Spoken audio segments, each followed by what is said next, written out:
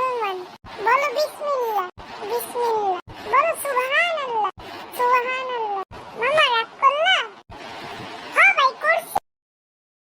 ভাগো ভাগো, তোর যদি না ধরি তাহলে আমার নাম রাফসান না।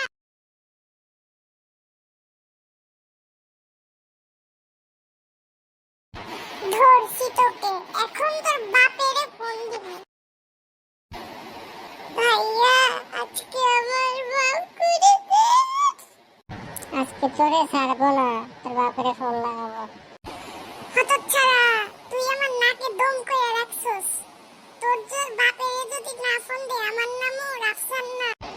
ভাইয়া প্লিজ আমারে ছাইরা দে।